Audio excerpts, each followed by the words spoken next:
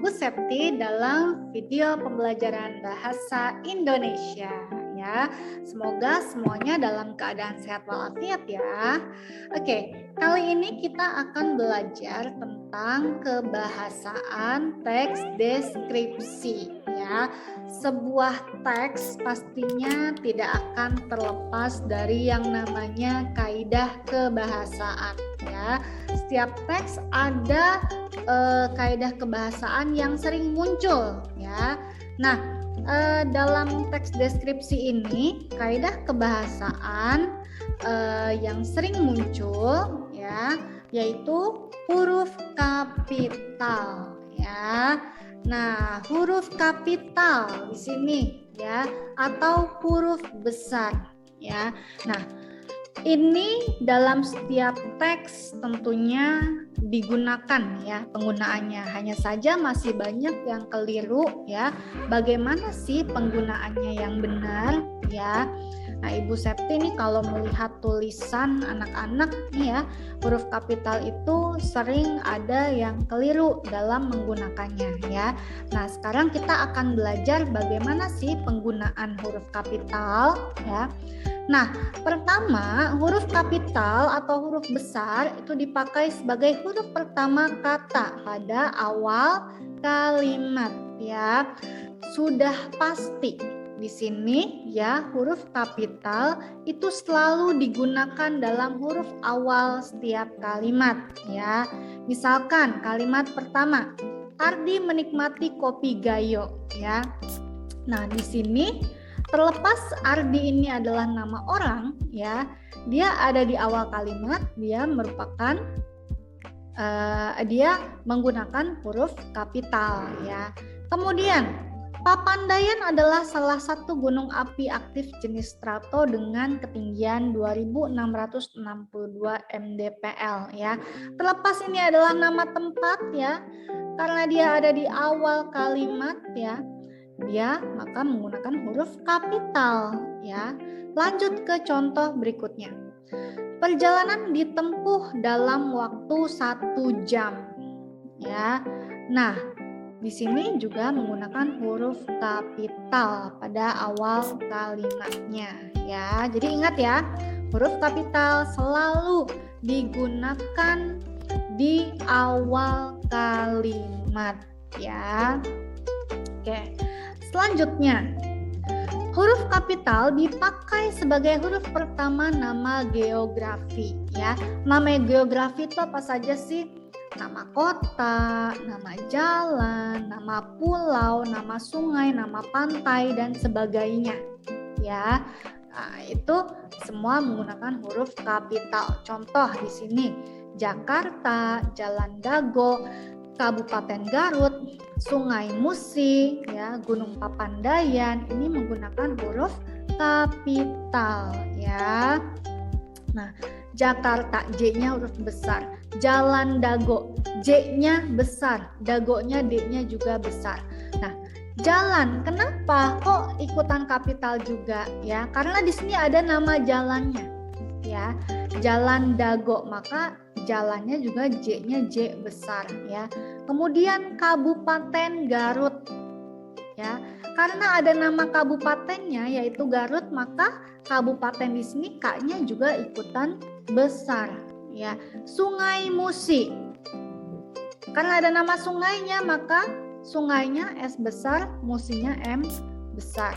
Gunung Papandayan ya, ada nama gunungnya Papandayan, maka G-nya besar, P-nya juga besar ya. Nih gitu. Lalu bagaimana kalau misalkan tidak ada namanya ya, misalkan teman-teman bermain di sungai ya. Nah, sungainya kan nggak ada namanya ya, maka di situ kita tidak perlu menggunakan huruf kapital ya, kecuali ada nama sungainya. Misalkan teman-teman bermain di Sungai Musi ya, karena ada nama tempatnya ya, maka sungainya S besar, M-nya M besar, seperti itu. Lalu selain huruf kapital ya, dalam teks deskripsi juga kita sering temukan tanda koma ya. Nah, tanda koma juga ini sering banyak yang keliru dalam penggunaannya ya. Seperti apa sih sebenarnya penggunaan tanda koma ya?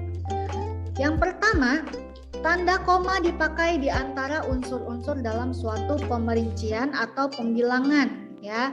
Misalnya, ia membeli kopi, kain, dan tas sebagai oleh-oleh untuk para sahabatnya ya.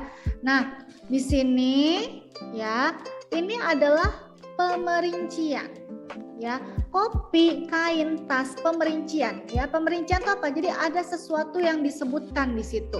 Kopi, kain, dan tas ya. Maka pemerincian di sini kita butuh tanda koma ya.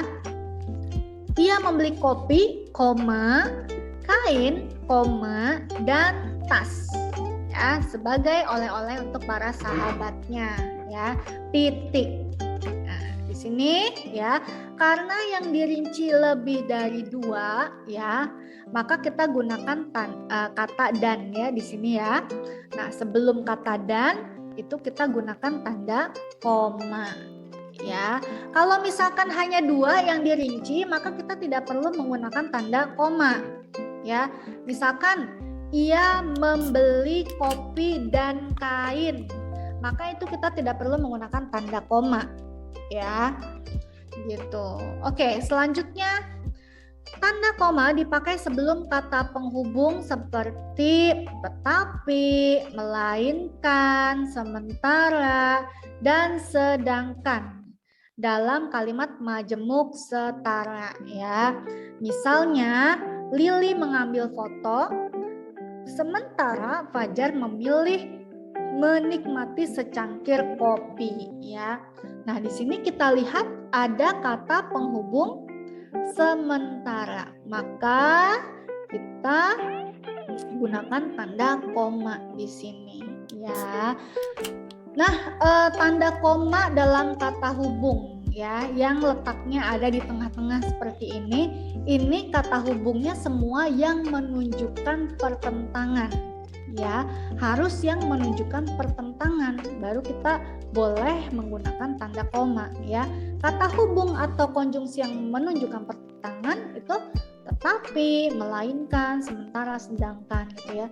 Tapi kalau kata penghubung lain misalkan dan ya, atau karena ya dan sebagainya, itu tidak perlu menggunakan tanda koma sebelum kata hubung atau konjungsinya ya.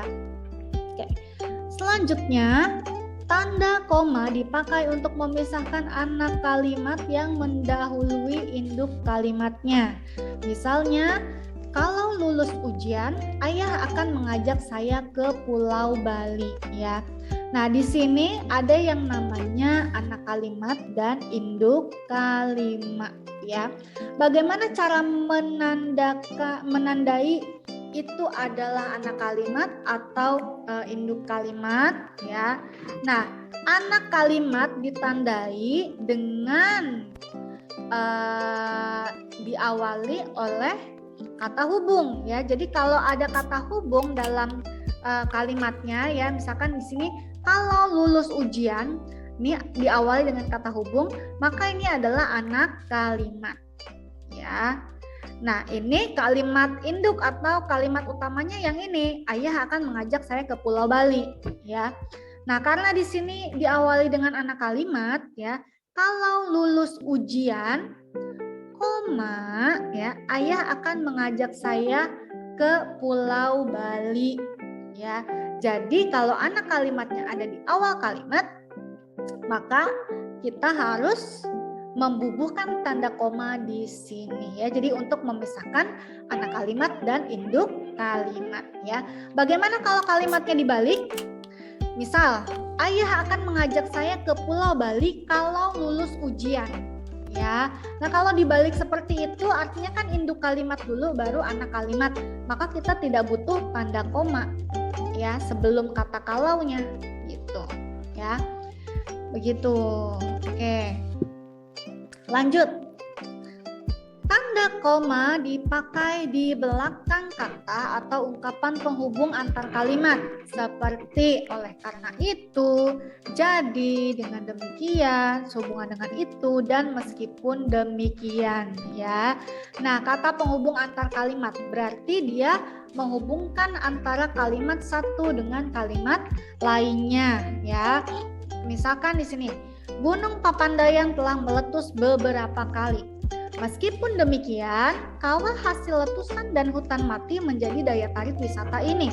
Ya, di sini ada dua kalimat ya, dan dihubungkan dengan kata hubung antar kalimat, yaitu meskipun demikian. Ya, maka setelah kata penghubung antar kalimat ini, kita wajib membubuhkan tanda koma. Ya, meskipun demikian, koma, kawah hasil letusan dan hutan mati menjadi daya tarik wisata ini ya. Oke. Selanjutnya, tanda koma dipakai sebelum dan atau sesudah kata seru seperti oh, ya, wah, aduh, hai ya. Tanda koma juga dipakai sebelum dan atau sesudah kata sebagai sapaan seperti bu, dik atau nak ya. Misalnya, wah, indah sekali pemandangan di Pantan Terong. Kamu setuju kan, Nak? Ya, di sini ya. Ini kata seru ya. Wah. Nah, maka kita wajib membubuhkan tanda koma ya. Kemudian, Nak, ini adalah kata sapaan. Maka sebelum kata sapaan kita bubuhi tanda koma ya.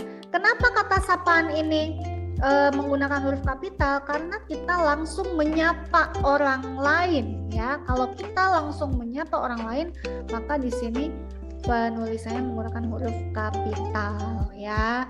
Nah, itu saja mungkin ya kebahasaan yang bisa kita bahas dalam teks deskripsi ya. Semoga materi yang Ibu sampaikan ini dapat kalian pahami dengan baik.